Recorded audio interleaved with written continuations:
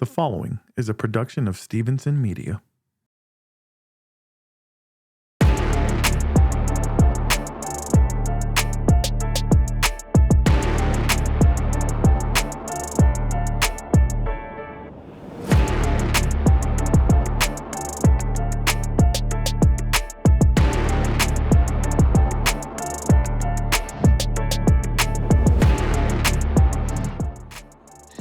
H-Town, what it do?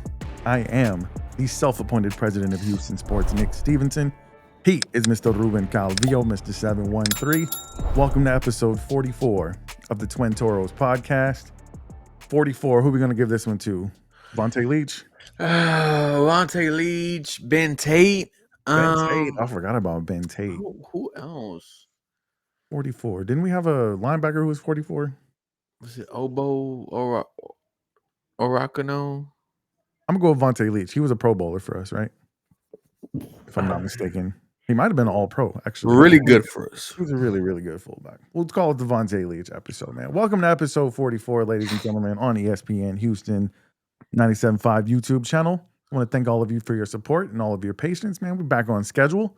Let me remind you guys real quick to please subscribe to 713 Houston Sports. You can just type it up on YouTube, type it up on X, IG, TikTok. Anywhere you want to find Houston sports content, my man Ruben Calvillo is the place to get it, man. And he's the hardest working man in the biz. Let me just say that. Working a full-time job and bringing you guys that Houston Texans content. You can find me at Houston Sports State of the Union podcast on YouTube, on X, on TikTok, Facebook, Instagram. I will put all of our links in the show notes of this particular show so you guys can subscribe to all of our stuff and don't miss a beat, man. So, Ruben. Yes, sir. We're going to get into the Texans offense today. They addressed some needs in the draft. They addressed some needs in free agency.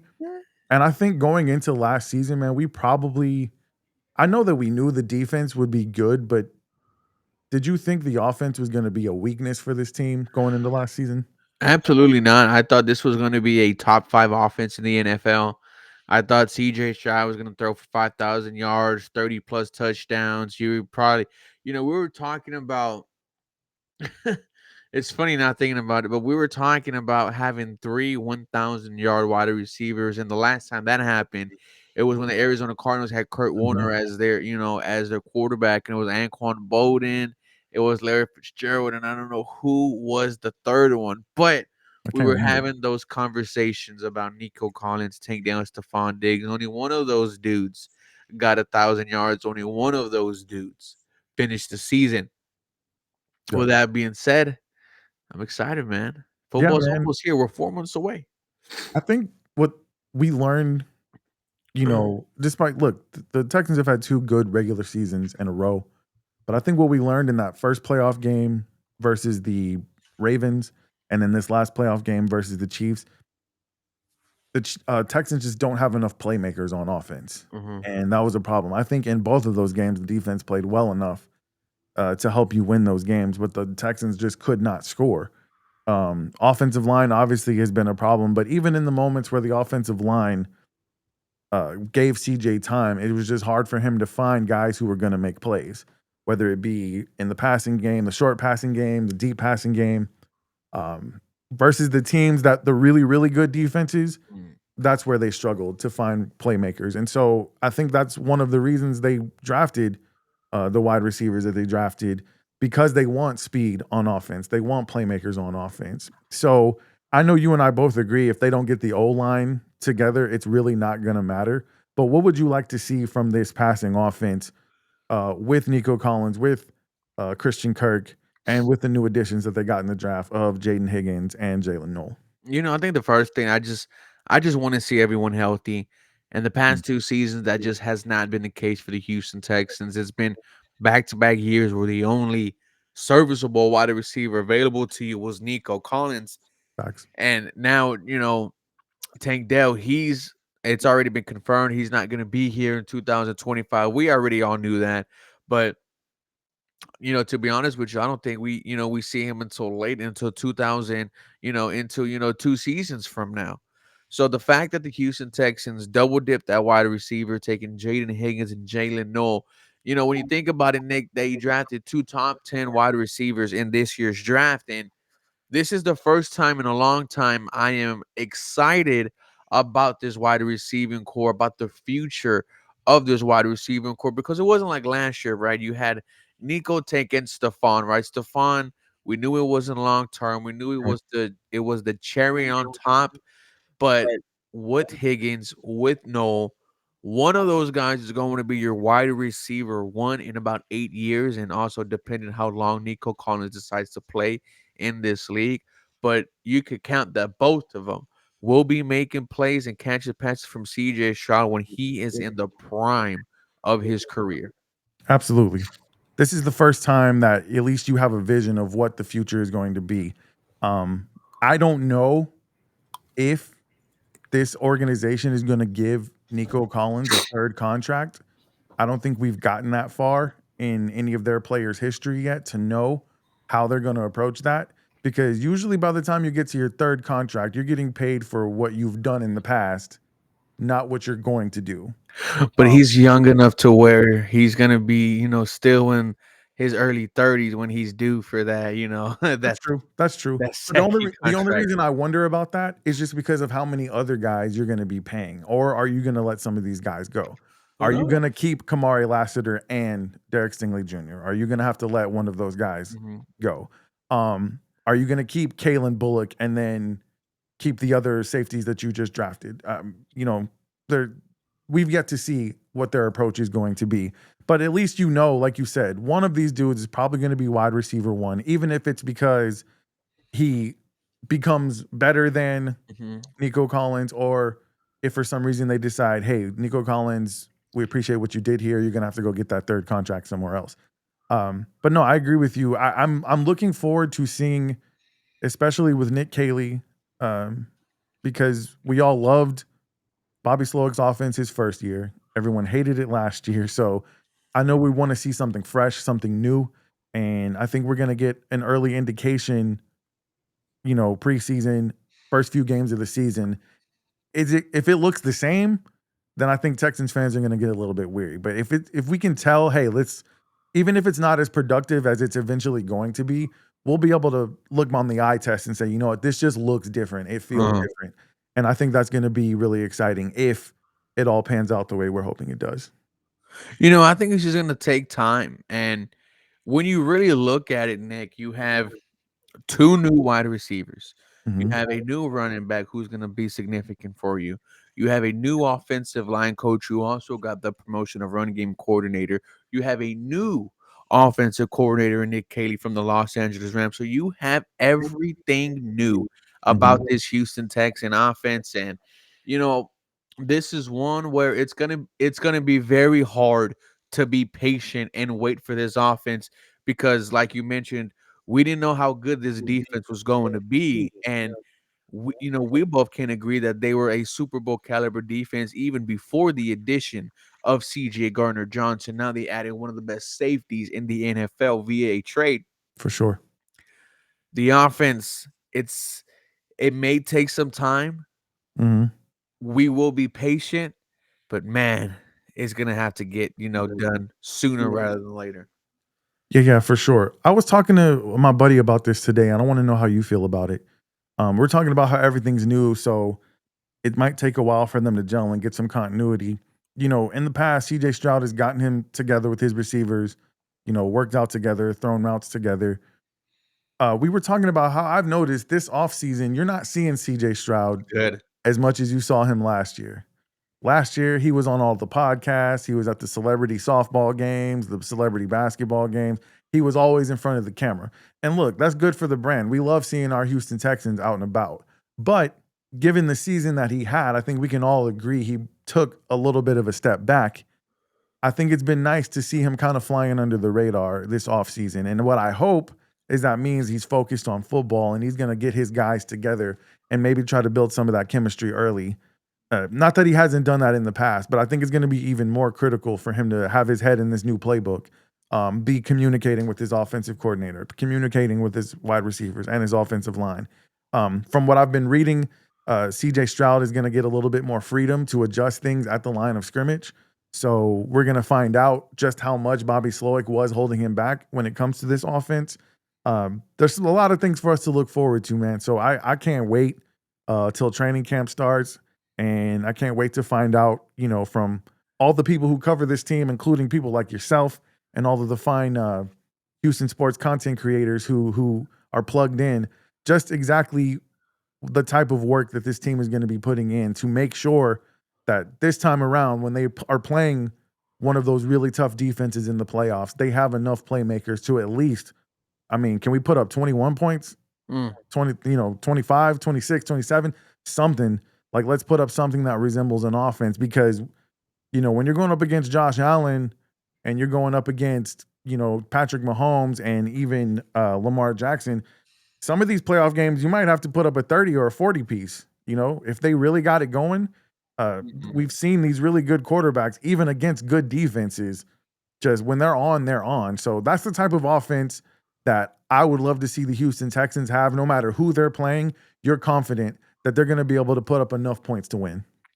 And like you mentioned about seeing less of CJ Stroud this offseason, and you go back into what he did in year one, going on Micah Parsons, going on the Gilly podcast, Mhm. traveling across the world with Bleacher Report to show off the NFL, the NBA All-Star game. Like CJ Mhm. Stroud was everywhere. Yeah.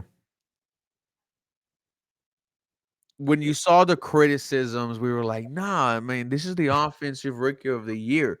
What Yeah. are we talking about here?" That I was one of the loudest, CJ Stroud defenders with, Yeah. all the spotlight he got. Then year 2 happened, and it wasn't a little step back. It was a step back. We use Yeah. the term sophomore slump. It was that bad. Yeah. And you saw him work his way out of it. You saw a great playoff performance against the Los Angeles Chargers. Mhm. This offseason, I like the fact that we've only seen him at like 4 events, and all those events were like, you know, sports related. Because he was at a few Rockets games, Right. but I think he was at a conference with Dan Marino, I Mhm. believe. And then he was at the Houston celebrity softball game. So he's always going to be a part of that no matter what. But that's Yeah. about it. Yeah. No podcast from CJ. He doesn't post on Instagram. He doesn't post anywhere else.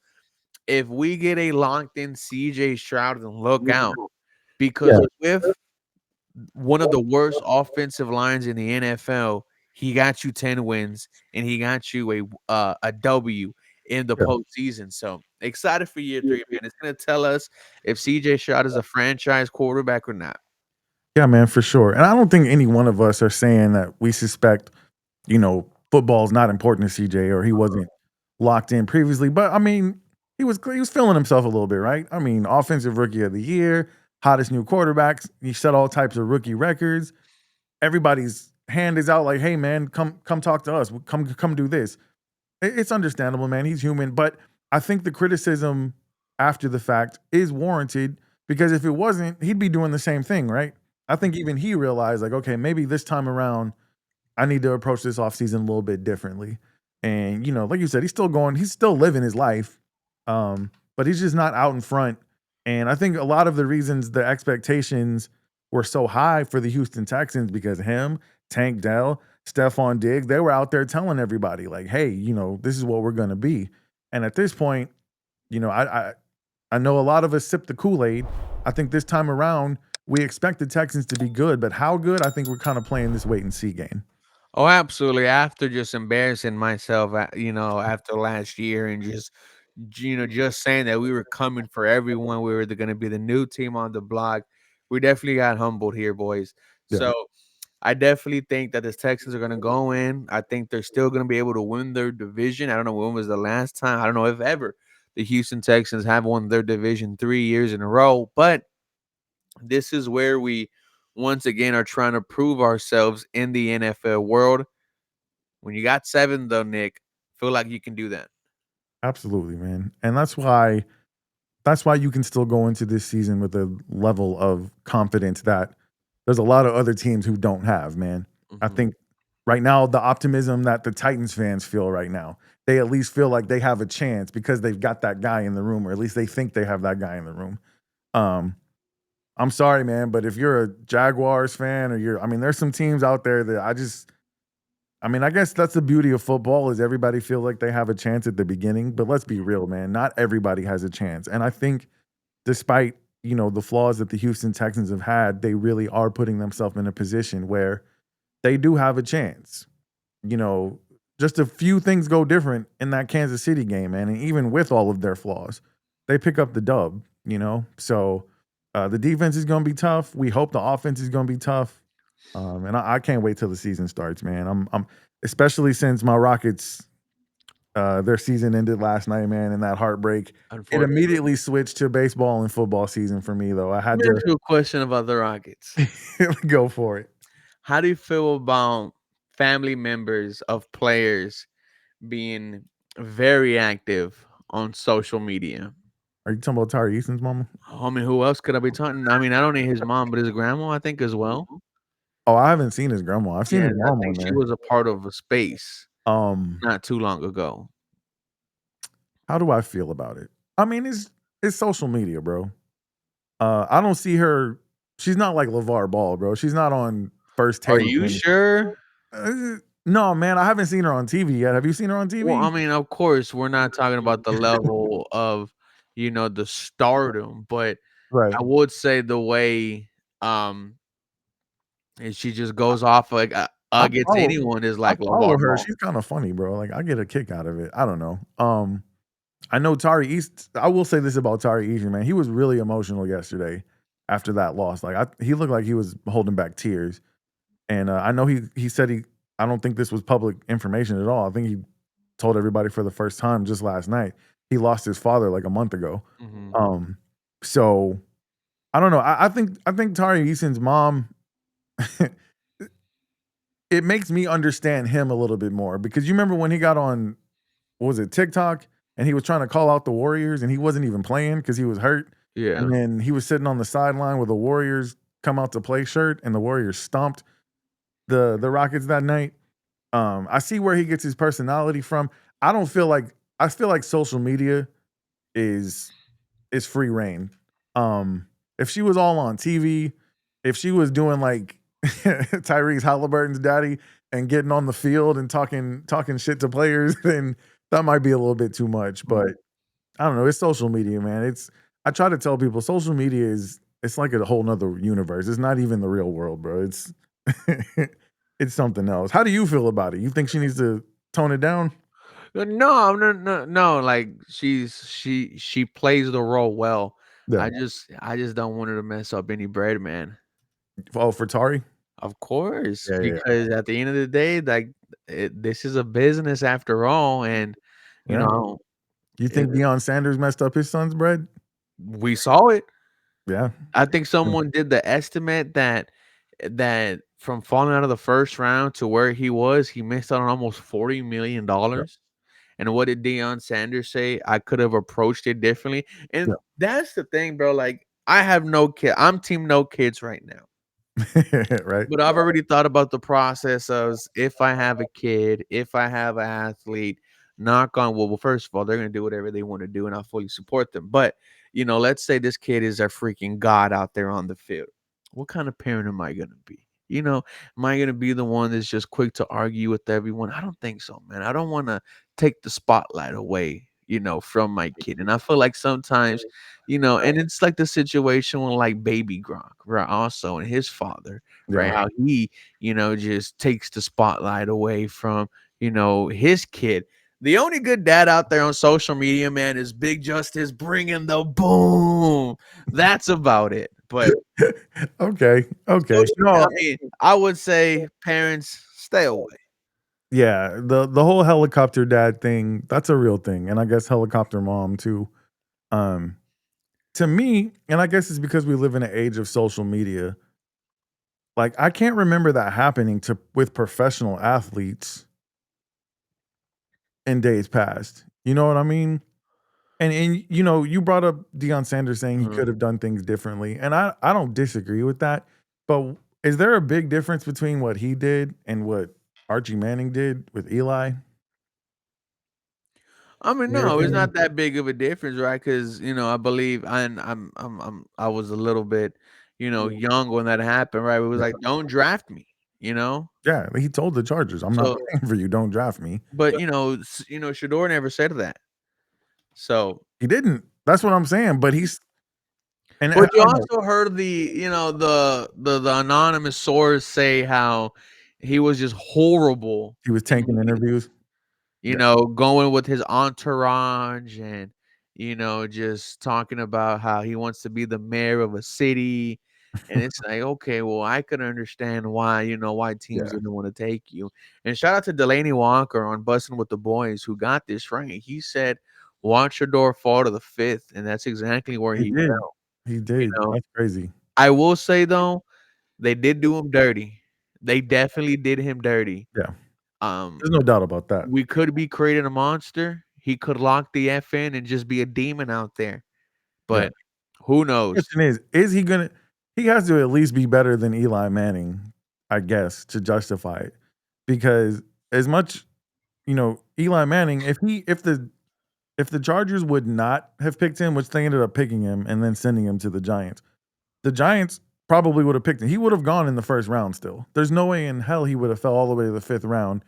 And I know it's a little bit different because if I can say, I feel like Eli, I guess, was a little bit more humble about it whenever he was asked in the media.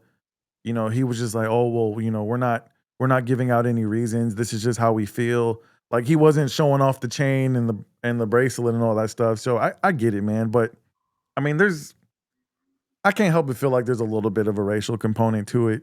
I don't want to be the guy who goes there, but it's hard to ignore that completely. So I don't know, man. I'm just wondering how you felt about that. And I'm good. What's Tari Eason's mom's handle again? Um, I don't know, but I can't remember, but I'm good with her on she got social she media. got cooked last night though. Hater Central. Oh, Oh, really? Yeah. oh, it was filthy. Um, I gotta go check that out. Yeah, uh, you know what? Honestly, I've seen her be out there after some losses or talking a lot of mess that her son's gonna have to back up because he's the one out there playing, she's not. So yeah, I hear you. Maybe it's just because I'm not always that plugged into social media, but I feel like if she was out there on TV, on ESPN, if she was going out on the field and talking trash, then that would be a little bit too much. But I feel like social media is okay. Okay. So let's see, man. What do we want to get into next week? We've gone over the offense. Do you want to talk about the defense? yeah, we could talk about this swarming Super Bowl caliber defense. Let's talk about the defense next week, man. And we will do that right here on ESPN Houston You see YouTube Thunderbolts channel. yet? I did see Thunderbolts. What'd you think? Ooh, it was fantastic. I don't like how it's spoiled. Oh no, never mind, never mind. Because I myself, I need to put spoiler oh alert. no, I myself spoil. I go watch Thunderbolts.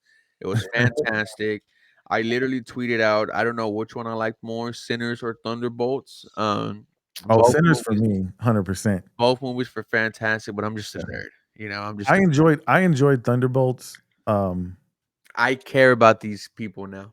I don't know if it was because of how hyped it was, and I was afraid this would happen with Sinners too. Um, it was just different than I thought it was going to be. I thought it was going to be like an Avengers level movie, and to my surprise, it was more grounded than I thought it was going to be. But it was still good.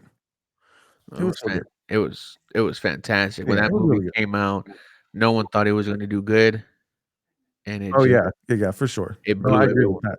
I think between that and Sinners, though, I have to go with Sinners. Yeah, no, Sinners was fantastic. That Sinners was scene where really all the really good. different cultures, over the course of the song are in Yeah, there. yeah, yeah, that was I'm dope. just, That was dope. like it Wait, wait, got wait. me Don't put on the thinking. screen. It got me thinking like like me being Mexican, right? I see some Aztecs out there dancing and stuff. Then Hell we yeah. see, Selena and J Balvin in the corner. Hell yeah. Well, I want to thank all of you guys for joining us. I know we got a little bit off track, but hey, man, we love H-Town sports. We love culture. It's all about having fun and doing our thing out here, man. So once again, please follow Ruben at 713 Houston Sports on X, IG, TikTok, and YouTube. Follow me at Houston Sports State of the Union podcast. Once again, our links will be in the show notes.